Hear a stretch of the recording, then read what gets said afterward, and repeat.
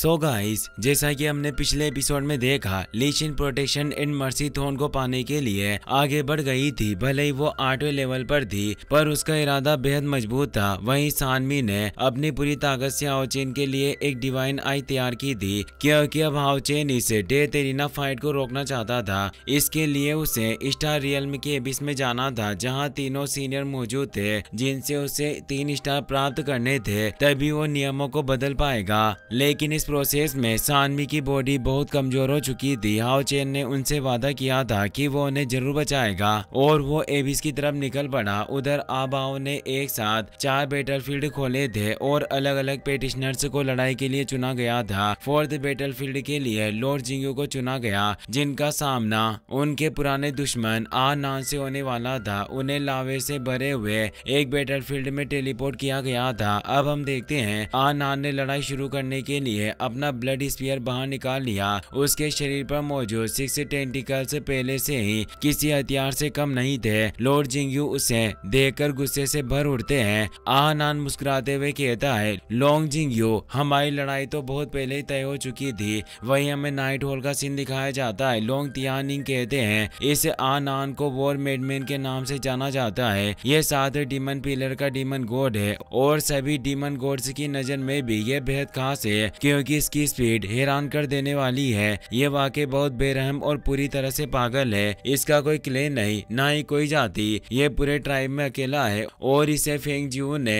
खास तरीके से बनाया था। इसीलिए डीमन गॉड एम्परर के अलावा किसी के भी आदेश की परवाह नहीं करता। इसका सिर्फ एक ही मकसद है, सबसे ताकतवर बनना। यही वजह है कि यह हमेशा खूनी लड़ाइयों और ताकत की तलाश में रहता है। आज तक इसने हमारे हजारों नाइट्स को मौत के घाट उतारा है, और अब जिस विरोधी को इसने चुना है वो डीमन गॉड्स के लिए सबसे बड़ा खतरा है। यहाँ तक कि कई अफवाहें हैं कि अगर व्यक्तिगत ताकत की बात की जाए तो डीमन जाति के पहले 3 पिलर्स के बाद जो सबसे शक्तिशाली है वो यही आ नान है। इसीलिए लोंग तियानिंग जानते थे कि उनके बेटे जिंगू को इस बार लड़ने में बहुत मुश्किल आने वाली है।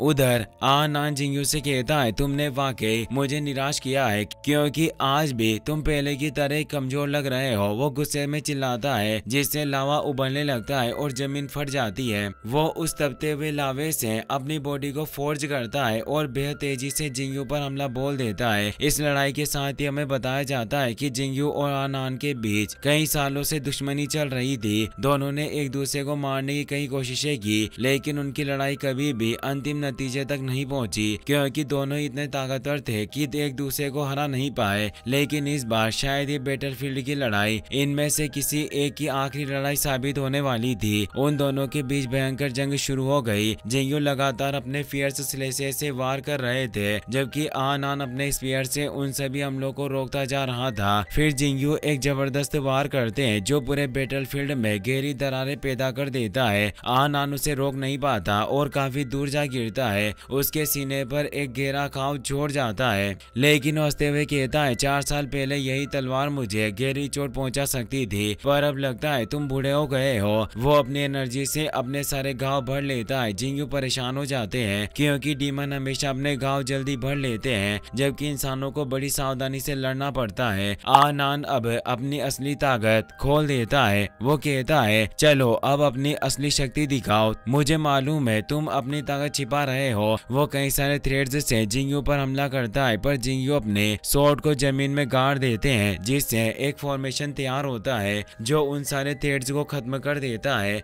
आ नान अब खुद अपने स्पीयर से हमला करने आता है, पर जिंगू उसके वारों से बचते रहते हैं। आ नान कहता है, मेरा वक्त जाया मत करो, यही सही वक्त है इस लड़ाई को खत्म करने का। अपनी असली ताकत दिखाओ। तुमने देखा है आज तक मैंने तुम्हारे कितने साथियों को मौत के घाट उतारा है। अब वक्त है कि तुम उनका बदला लो, तो फिर रुके हुए क्यों हो? आओ दिखाओ अपनी असली ताकत। लोंग जिंगू। पर जिंगू अभी भी अपने थ्रोन पावर को एक्टिवेट नहीं कर रहे थे, इसीलिए आ नान कहता है, अगर तुम यूं ही एक साधारण इंसान की तरह मरना चाहते हो तो मैं तुम्हारी इच्छा भी पूरी कर दूंगा। वो जिंगू को जोर से जमीन पर फेंक देता है, पर जिंगू को कोई फर्क नहीं पड़ता। वो अब भी मुस्कुरा रहे होते हैं। इससे उस डीमन को गुस्सा आता है और वो चिल्लाता कहता है तुम अभी भी दिखावा कर रहे हो, देखता हूँ अब मेरे इस हमले से कैसे बचते हो। और वो कई सारे पोर्टल्स से 1000 स्पीयर्स से क्रिएट करता है। ये राइटियस नाइट टेक्निक थी जिससे वो जिंगू पर लगातार हमला कर रहा था, लेकिन जिंगू अपनी डिवाइन प्रोटेक्शन नाइट बॉडी की मदद से इन सभी स्पीयर अटैक्स को रोकने लगते हैं। रोशवी कहती है इस 7वें डीमन गॉड की ताकत सन, मून और स्टार पिलर गॉड से बिल्कुल भी कम नहीं है। क्या होल मास्टर जिंगू इसका सामना कर पाएंगे? लॉर्ड जियाजे कहते हैं मत भूलो कि जब व्यक्तिगत शक्ति की बात आती है तो जिंगू हमारे अलायंस के सबसे स्ट्रॉन्गेस्ट वॉरियर है, क्योंकि उनके पास 3 स्वॉर्ड्स हैं जिन्हें अब तक उन्होंने म्यान से बाहर नहीं निकाला। इसीलिए ये लड़ाई तो अभी सिर्फ एक ट्रायल है, असली जंग तो अब शुरू होगी। जिंगू कहते हैं मैं कोई न्याय का शूरवीर यानी जस्टिस ऑफ नाइट नहीं हूँ, मैं तो बस इतना चाहता हूँ कि तुम्हें पूरी तरह से खत्म कर दूं। और अब वो अपनी थोन पावर को अनलिश करते हैं जिससे उनके शरीर से भयंकर एनर्जी निकलती है जो उन सभी स्पीयर अटैक्स को मिटा देती है। एक जोरदार विस्फोट होता है। आनान खुश होकर कहता है यही तो मैं देखना चाहता था।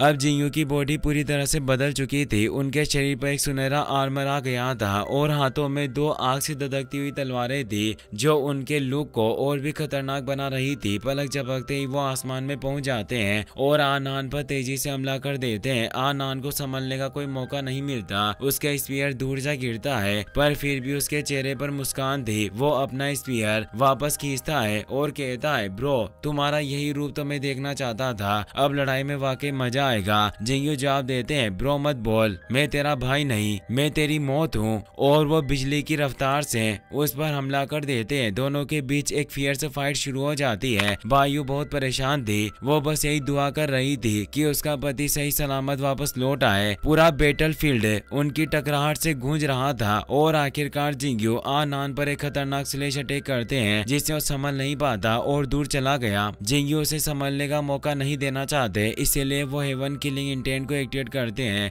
पूरा आसमान सुनहरी रोशनी से भर जाता है और कई विशाल जाइगेंटिक स्वॉर्ड्स आसमान से नीचे गिरने लगते हैं। वो उन सबको एक साथ आनान पर छोड़ देते हैं। एक भयानक धमाका होता है, आनान दूर जा गिरता है। वो बुरी तरह से घायल हो चुका था। सभी इंसान ये देखकर बहुत खुश होते हैं। उन्हें एहसास होता है कि पैलेस मास्टर लॉर्ड जिंगू वाकई बेहद शक्तिशाली है और शायद अब जीत उनकी होगी। लेकिन तभी आनान फिर से उड़ जाता है, चेहरे पर वही जहरीली मुस्कान लिए हुए। वो कहता है अब मजा आ रहा है लड़ने में। वो अपना ओरा फैलाता है जबकि जिंगू अपनी गोल्डन लाइट बॉडी से वार करते हैं जिससे भयंकर दबाव पैदा हो रहा था, पर फिर भी आनान जोर जोर से हंसता रहता है। आबाओ बताता है आनान को सबसे पागल डीमन गॉड इसलिए कहा जाता है क्योंकि जितनी बार वो लड़ता है उसकी फाइटिंग स्पीड ज्वालामुखी की तरफ फूट पड़ती है। वो अपने खून की हर बूंद को तब तक जलाता है जब तक वो पूरी तरह खत्म ना हो जाए, और इसी वजह से उसकी शक्ति कई गुना बढ़ जाती है जिससे ही वो अपने सामने आने वाले देवताओं और डीमंस में से किसी को भी जिंदा नहीं छोड़ता, यानी उसे रोकना लगभग असंभव हो जाता है। अब वो अपनी इसी भयंकर शक्ति से उस गोल्डन तलवार पर वार करता है जिससे पूरी नाइट बॉडी में दरारें पड़ने लगती है और फिर वो बिखर कर नष्ट हो जाती है। जिंगू पलटकर हमला करने की कोशिश करते हैं पर अब उनकी स्पीड आनान के आगे कुछ नहीं थी। वो जिंगू के पेट में जोरदार गुस्सा मारता है जिससे जिंगू कई मीटेरोइड्स से टकराकर दूर जा गिरते हैं। आनान फिर पास आता है और एक और मुक्का जड़ता है। जिंगू जमीन से टकराते हैं, भयानक धमाका होता है, उनके शरीर पर गहरे घाव हो जाते हैं, मुंह से खून निकलने लगता है। आनान चिल्लाता है क्यों रुक गए, जल्दी आगे बढ़ो और फिर से हमला करो। अब जिंगू अपने दोनों तलवारों को मिलाकर अर्थ किलिंग इंटेंट को एक्टिवेट करते हैं। आनान के नीचे एक फॉर्मेशन बनता है जिसमें से एक विशाल ड्रैगन निकलता है और आनान को निकलने लगता है, पर आनान अपनी पूरी ताकत से उस ड्रैगन के मुंह को रोक लेता है और कहता है अभी तुम्हारी शक्ति बहुत कमजोर है। वो पूरी ताकत से ड्रैगन को फाड़कर आजाद हो जाता है। जिंगू तुम चाहो जितनी कोशिश कर लो, मुझे कभी नहीं मार पाओगे, आज तुम ही मरने वाले हो।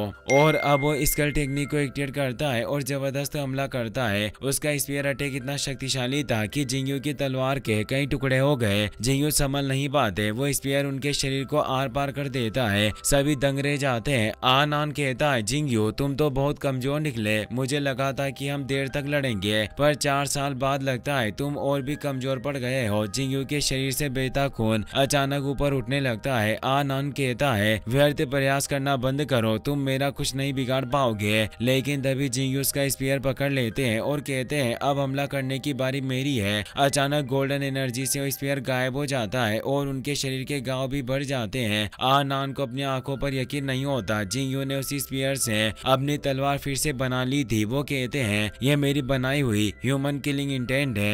एक ही बार में जिंगयू आ नान को कई थ्रेड्स से बने जाल में फंसा लेते हैं जिससे वो अपनी बॉडी तक नहीं हिला पाता। जिंगयू कहते हैं पिछले 400 सालों में सिर्फ तुम्हें हराने का एक तरीका खोज रहा था। मैं जानता था कि तुम्हारी फियर्स वॉर स्पीड को खत्म नहीं किया जा सकता क्योंकि वही तुम्हारी ताकत बढ़ाती है, लेकिन उसे सिर्फ इंसानी खून की आग में ही कैद किया जा सकता है। इसीलिए मैंने अपने ही ब्लड का इस्तेमाल किया तुम्हारे लिए एक पिंजरा बनाने के लिए। अब तुम पूरी तरह से इस ट्रैप में फंस चुके हो। आ नान बहुत कोशिश करता है पर वो उस ब्लड से बने पिंजरे से बाहर नहीं निकल पाता। और इसी के साथ ये एपिसोड यहीं पर समाप्त होता है। अगर आपको वीडियो पसंद आया हो तो अपने दोस्तों के साथ जरूर शेयर करें, साथ इस वीडियो को लाइक करें और चैनल को सब्सक्राइब करना ना भूलें। आपका तहे दिल से शुक्रिया। Thanks for watching.